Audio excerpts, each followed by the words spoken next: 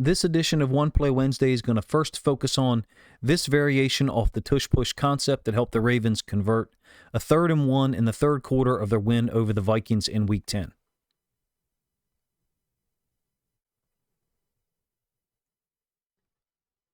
I also want to cover a couple of play concepts that kind of sandwich around that tush-push toss. The preceding snap was a 2nd and 5. This, just for context here, this play occurs after the Ravens forced and recovered a fumble on a kickoff after they had just taken a 12-10 lead. The Vikings are in a goal line look on a 2nd and 5. They're matching the personnel that the Ravens deploy with 2 tight ends and 2 running backs on the field. They're going to run a dual read option concept with the read man being the defensive end Grenard set into the boundary. Isaiah likely motions across. This really functions as a diamond concept whereby the Ravens have 2 fullbacks, one set to the right of Lamar Jackson and one set to the left. Of course, from a personnel standpoint, one or both of those guys can sometimes be a tight end, and then a tailback in the form of Derrick Henry set behind Lamar Jackson. Off the snap, Lamar and Pat Ricard are going to read that defensive end Grenard, hence the name dual read. Isaiah likely is not reading anything. He's motioning across to get outside of the read man, and his job is to essentially arc release and go get the frontside safety. Pat Ricard, during his read, will either loop around the read man Grenard and go try to get the frontside inside linebacker, which I believe is Eric Wilson, or if in some other alternate version of reality the defensive end was to run upfield drastically, Ricard would loop underneath once again, and you guessed it, go get the frontside inside linebacker. He's got the same job no matter what the read is. His path, however, is not predetermined.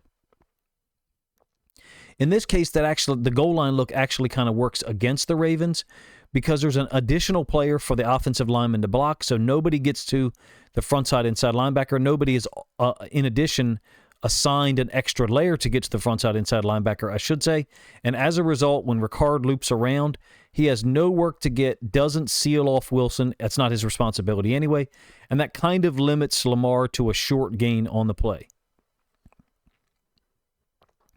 Give the same play from the end zone angle. What I'm referring to here is if you had a 5 technique, whether it was a wide 5 or not, and this defensive tackle here was located in the A-gap, then the right tackle Rosengarten could inside release and immediately work up to the front side inside linebacker Eric Wilson, which I've already explained from the All-22 angle.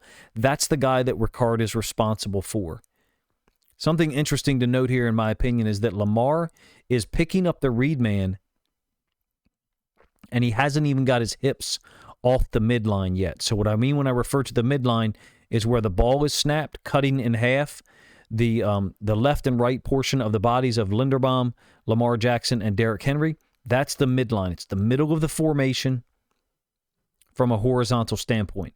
Lamar's picking up the read quickly, so is Ricard, and then confirms it right before keeping the ball, running around the edge. That defensive end, Grenard, obviously super athletic. He's still able to pursue from an inside-out angle. That's the inside linebacker Wilson that Ricard is responsible for, whether it's a give or a keep read. And you can see he's a little unsure of what to do, he being Ricard, because he's literally looking for the frontside inside linebacker who has stepped up on the play and created a different angle. Lamar ends up being short on the play on a 2nd and 5, and that's what creates the opportunity for the pseudo tush-push look. There's a lot to unpack here in this specific moment of the game. First of all, the Vikings utilized this particular look against the Eagles 3 weeks ago. When I say this particular look, if you count the helmets here on defense from outside in, it's quite easy to see that you end up with 10 helmets that are visible and one that is not. There is a defensive tackle who is literally on one knee, kind of canted to get underneath of the center in the tush-push concept.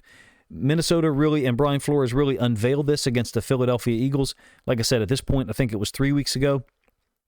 And what they're trying to do is get that defensive tackle underneath the blocking scheme, and then this defensive tackle and other defenders above it, trying to create a two-layer wall that prevents the offensive line from getting any kind of push. Mark Andrews is under center, which the Ravens typically use when they want to do a tight end sneak. Sometimes it's Charlie Kolar. This is a 3rd and 1. This is a brilliant play from Baltimore because they've put Minnesota in a situation where they know what they're going to respond with, the canted defensive tackle, and so many players ready to converge, at the quarterback / tight end. But instead, Lamar Jackson is the guy who's going to get the football on a toss to the outside. Derrick Henry and Roger Rosengarten are going to lead. Charlie Kolar is assigned to pin down. And to me, it looks like Tylan Wallace is actually running a route here. Now, the problem with that is that Rosengarten is getting down the field, first of all. So if we were to throw the football, then that makes it, illegal man downfield. My suspicion is this is just to show people moving forward that we will do this. And so this corner has got to respect the route from the wide receiver, in this case, Tylan Wallace.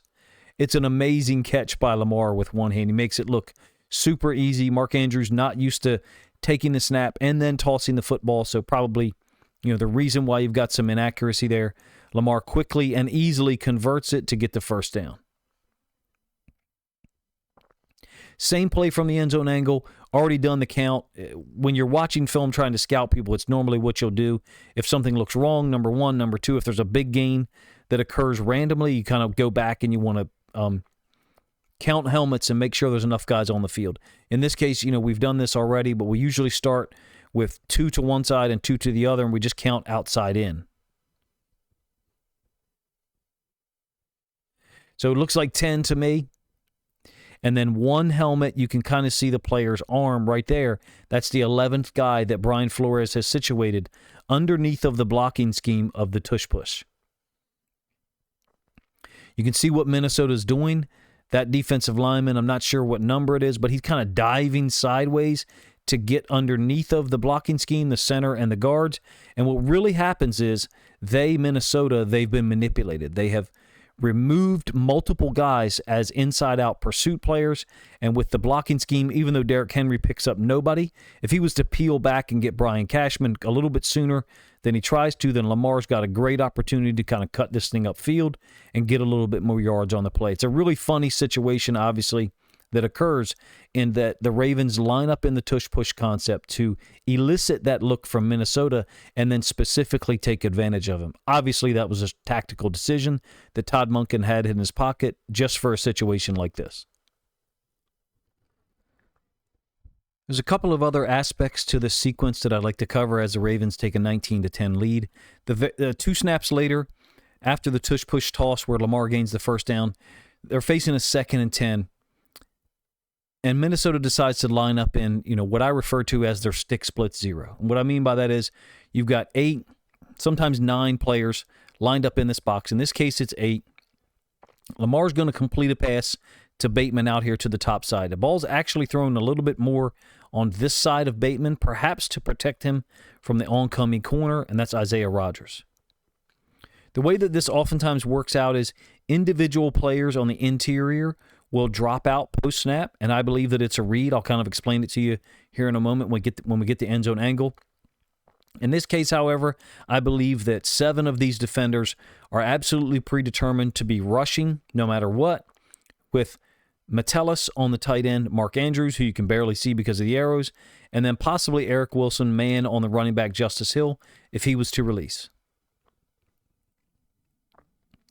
Quick throw by Lamar out into the flats. Again, I think it's possibly could be construed as on the wrong side of Bateman, but I think it's just another illustration of what Lamar does often, which is try to protect his receivers and the football from the defensive player. In this case, throwing it on the wrong side. I thought when I saw this live that the ball was thrown a little bit more to the inside so Bateman could catch it and run this way, because the idea is there's not going to be any pursuit from the second level or the interior since they're all mugged up and or rushing. Bateman almost gets into the end zone. At this point, we've all heard enough about it that it's a hip drop tackle. They didn't call it. Isaiah Rodgers happens to be one of the players that I enjoy watching the film of the most. In this case, he happens to be the guy who tackled Bateman in a manner that at this point is considered illegal. Same play from the end zone angle, and you can see 8 players lined up in the box to possibly blitz. Metellus is man on the tight end. He's the only player, in my opinion, who's not predetermined to rush at the quarterback here. So I'll try to explain the read that normally occurs. On this particular iteration of it, it does not. All of these guys, in my opinion, are assigned to rush except Metellus, who's on Andrews, and Wilson, who's on Justice Hill. But in this case, since Hill chooses to stay in and block, Eric Wilson blitzes as well. The typical read, the way that it works out, oftentimes when you see sticks blitz zero, you'll see players drop out and you think it's predetermined. It's generally not. So if Wilson was not responsible for Justice Hill, let's say, he would be reading the offensive lineman to his inside, so closer to the football for him, in this case, the right guard. If the right guard was to step to him, then Wilson would immediately drop out and get underneath and look for any work over the middle or the quarterback attempting a quick release. Same concept to the other side for, let's say, Cashman. He would be reading a guard or a center, and if that center was to step to him, then Cashman would drop out and try to get in the window of any quick pass releases by the quarterback. Conversely, if Linderbaum was to step away, he would try to rush through that A-gap. The idea is to force the offensive lineman, particularly interior offensive lineman, to account for you in the pass pro scheme such that an edge rusher from the outside just mathematically has a free lane to the quarterback. None of those things occur here because, like I said, this is all predetermined rushes except for Metellus and Eric Wilson. Quick completion to Bateman on the outside, nearly gets in the end zone. The Ravens convert on the very next play. I thought it was an extremely unique trio of plays packaged back to back to back. Talking about the dual read option by Lamar Jackson on the 2nd and 5 into the boundary, the right-hand side against the Vikings goal line look. The ensuing tush-push toss to Lamar, again, into the boundary to convert on the 3rd and 1. And then the stick split zero throw. I think it illustrates, number one, the calm nature and the way that the versatile number of ways that Lamar Jackson can impact the game, number one. Number two, everything that he's asked to do on a snap-by-snap basis. This next one is obviously very easy. It's a hurry-up after the completion to Bateman on the 2nd and 10. Going to be a touchdown run by Justice Hill that puts the Ravens up 19-10. And what I like about it the most is the late engagement or attempt to block by Mark Andrews and DeAndre Hopkins off the left side. As an aside, Bateman, who got injured on the play and possibly won't play this week in Week 11, stayed in the game to block, which says a lot about him and the motivation of the team to get a win here. Minnesota certainly putting up, tremendous effort defensively throughout the game, but in particular in the first half and on this goal line play. I love the fact that Hopkins and Andrews are attempting to essentially push Hill into the end zone to help take a 2-score lead.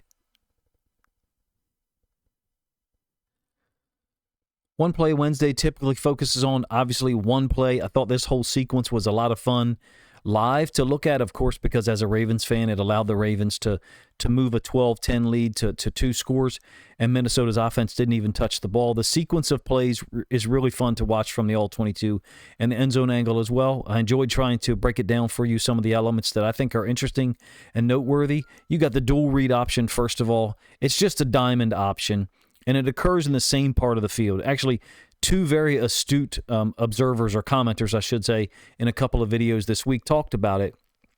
It's in the high red zone. It's to the right-hand side. We have a right-handed quarterback, obviously, and it's in a game situation where, we haven't been able to dominate their defense at all. Ravens are up 12-10 at that point, at the point that we show you that play, and, we've only got 4 field goals to show for it. I think Minnesota's defense deserves a ton of credit, in my opinion. The tush-push toss, they probably got manipulated a little bit there, they being the Vikings. By the way, try to say those 3 words consecutively. I messed around with the title and tried to come up with one that was hopefully a little bit unique. That one ended up being a little bit difficult to pronounce smoothly or fluently. In any case, it was a really nice adaptation by Todd Monken. The Vikings had shown that look against the Eagles, the tight end sneak, tush push, whatever you want to call it. I think it's very interesting to get. It's very rarely seen. And I've actually encountered and faced some teams before that utilize what really is called wedge blocking schemes. That's kind of like what the tush push is. Slightly different from the wedge because teams in the wedge are not just having their offensive linemen dive out as low as possible. They're actually trying to push things downhill a little bit. So there's some slight variations. But in any case, I've seen that type of strategy before, but only in critical situations, not as a baseline or foundational look against the tush push or a wedge concept. I have to give Todd Monken credit. He saw it on film. He exploited it at a time and place of his choosing. The stick split zero concept it's referred to as man. There's some intricacies there that generally I think kind of make it not be a man concept when the interior players are reading the offensive lineman and dropping out. That's typically combined or tagged with DBs that are actually just staring at the quarterback initially and seeing which way he opens. Conversely, the play that I showed you here today, where all 7 guys are rushing, then yes, that is obviously straight man, and you kind of saw that dynamic exist on the completion to Bateman that Rodgers made the tackle on. I really like the stick split zero concept. I hated it in 2001 when Brian Flores unveiled it so much against the Ravens. It makes things simple for your DBs, and in this case, it kind of can make things simple for your quarterback-receiver combos. Get the ball out as quickly as possible and give the receiver a chance to make a guy miss. In this case, Bateman, I thought he was in live speed, but he was ruled down. In any case, the Ravens went hurry up and got the touchdown, take a 2-score lead. A lot to say about this sequence, perhaps too much. You guys are welcome to let me know what you think of this iteration of One Play Wednesday. Increasingly, these become very difficult for me to produce just from a time availability standpoint.